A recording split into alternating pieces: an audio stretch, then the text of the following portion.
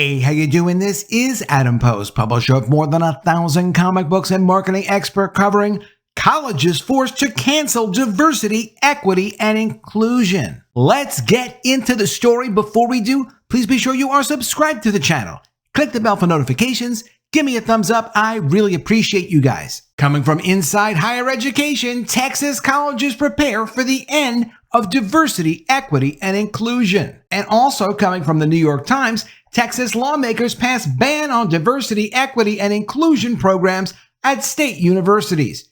The ban in Texas has gone through. So as of January 1st, 2024, this is no longer allowed. No more diversity, equity, and inclusion programs. Colleges are scrambling to try to figure out how can they kind of still do some of this stuff, but a lot of it they just can't do anymore. It's pretty much the end of diversity, equity, and inclusion in the state of Texas, exploited in college. For public colleges and universities in Texas, January 1st isn't just the start of the new year. It's also the day the state's anti-diversity, equity, and inclusion bill will go into effect, a development many institutions have spent months preparing for. But that preparation has varied greatly depending on the institution. Some universities jumped into overdrive as soon as Governor Abbott signed the bill in June, immediately cutting DEI and related offices such as multicultural and LGBT resource centers. Other institutions remain in limbo,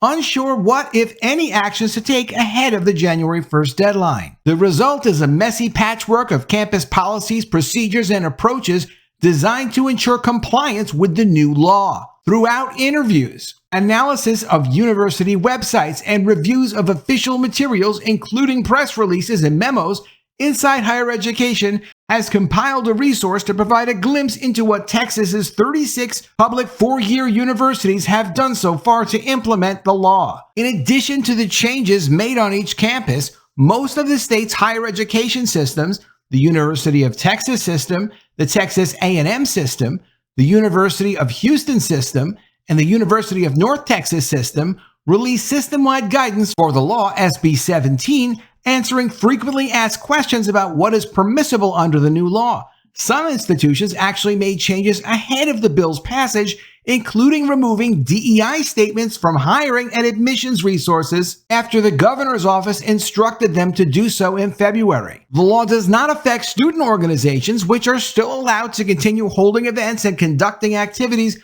based on race, sexual orientation, and national identity, even as universities are banned from sponsoring those events. Some college officials have pointed out that the change puts a bigger onus on student groups to continue the traditions that used to be the purview of multicultural affairs offices. So it's no longer going to be subsidized. If the student groups want to do it, they're allowed to do it, but the government isn't paying for this nonsense. Quote, the law allows for student organizations to have greater latitude into how they support certain initiatives and programs that are important to them, said Lawrence Chovanec, president of Texas Tech University. Quote, when we celebrated Hispanic Heritage Month, we worked with the Hispanic Student Society and other student groups. They had to take a leadership role in leading events that used to fall within the domain of the university. Universities are still allowed to hold celebrations for federally recognized months and holidays, including National Hispanic Heritage Month. Graham Garner, a spokesperson for Stephen F. Austin State University, which recently joined the University of Texas system, said that the university's personnel are working on informing student groups of the changes so they are prepared to take on that extra responsibility. Quote, if they have questions about what they can do and how they can organize a variety of activities, there has been support for them to do so, just like any other organization on campus. At some institutions, this shift has already begun taking effect. At Texas A&M University, a group of LGBT student organizations announced that they would take the reins on events previously held by the Pride Center, such as Lavender Graduation. But organizing an event is a significant responsibility for students who often balance those leadership roles with jobs, schoolwork, and other extracurriculars. And it could be challenging for a club to add previously university-sanctioned events into an existing calendar of activities and meetings. Quote, it puts a lot of burden on those organizations, said Casey Corpus, Southern Policy and Advocacy Manager for Young Invincibles, a progressive youth advocacy nonprofit. Some students and former DEI staffers have complained that they were not included in discussions of the preemptive changes made at their universities. Pavitra Kumar, a student at the University of Texas at Austin, said there have been very few examples of administrators speaking directly to students to see what they would feel safe and comfortable with. Safe and comfortable is great. Everyone should feel safe and comfortable. It's not going to be subsidized by the state anymore. That's the only change, which means if no one's getting paid to do it, probably no one's going to bother to do it. On top of that, which include renaming the Division of Diversity and Community Engagement and the Division of Campus and Community Engagement, has been sparse. She noted that the university's communication with students about this change came after the end of finals week, when most students were already off campus and perhaps no longer checking their email. Well, if it was important to them, maybe they could bother to check their email. Quote, SB 17 will be going into effect when students are not on campus to see these changes.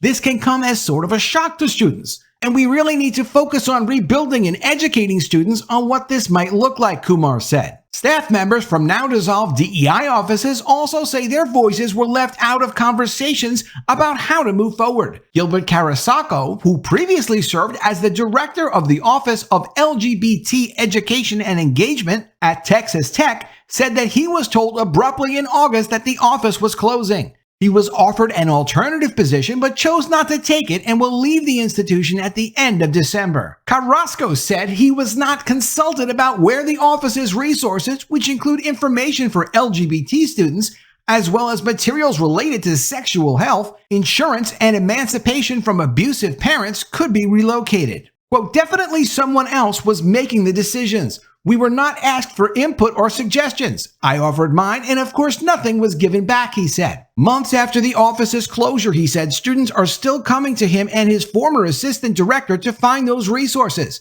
They have had no clear communication about where to go. Chauvinet concurred that most of the decisions were made by administrators. Well, the purpose of having people in administration is to make decisions. It's good if they have subordinates that they get input from, but really at this point, they weren't going to be subordinates anymore. When the office is closed, this guy and a bunch of other guys like him were relieved and were no longer subordinates, not part of the system anymore.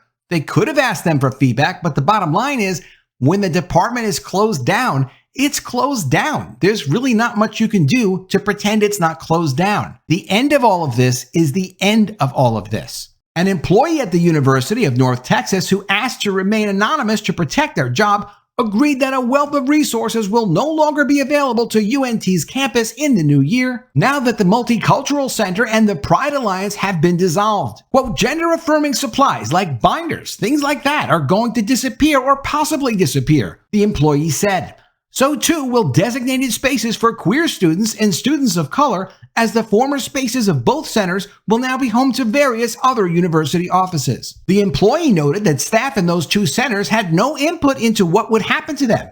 They heard nothing until a few weeks ago when they were told that the centers would ultimately be closed. This law was passed in May of 2023. It's December 2023 now. Anyone in any of these offices, unless they were kidding themselves, knew very well the game was up. It was not going to be continuing. Go find something else to do. And if you want to try to protect the people that you serve, they could have started preparing resources in advance, website information, set up an email address, whatever you want to do. But generally, people do tend to just think of themselves.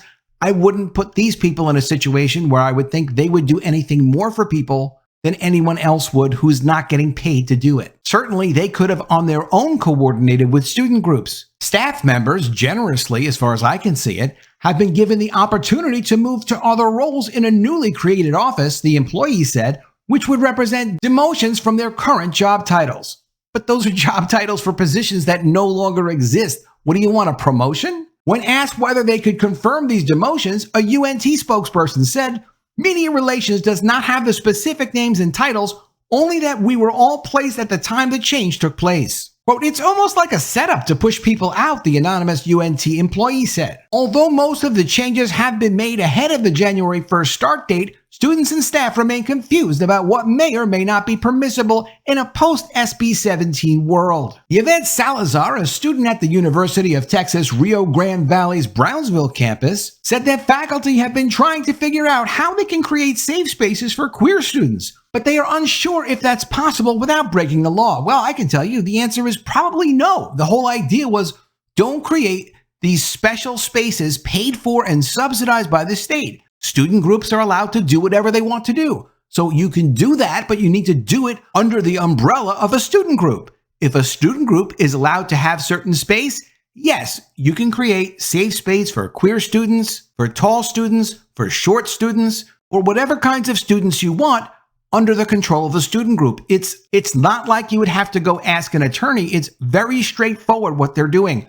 There will not be state-sponsored diversity, equity, and inclusion safe spaces paid for by the university. It's now against the law. Well, there are faculty that do care, but it's just working a way around what can and can't be done and be said. An employee at Texas A&M University at Corpus Christi who asked to remain anonymous, also to protect their job, said there's been little change within their division except for the plans to remove a DEI statement from the website. But as someone who works in a student-facing role, they said that they could get in trouble for informing students about diverse media or diverse scholars, even though the bill does not explicitly say so.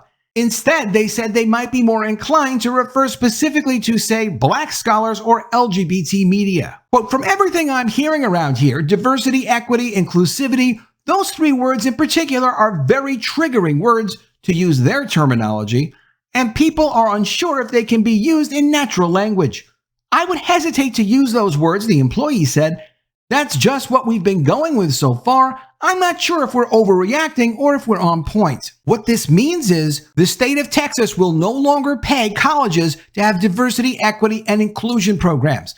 They can't use those three words as a weapon to push their radical agenda. Student groups can continue on the way that student groups have. They can even do a little bit more, but it's not going to be paid for by the government of Texas. Let me know what you think of all this in the comments below. Always love to see your ideas. Please be sure you are subscribed to the channel. Click the bell for notifications, give me a thumbs up, and I'll see you again soon with another video. And if I don't see you, I will miss you.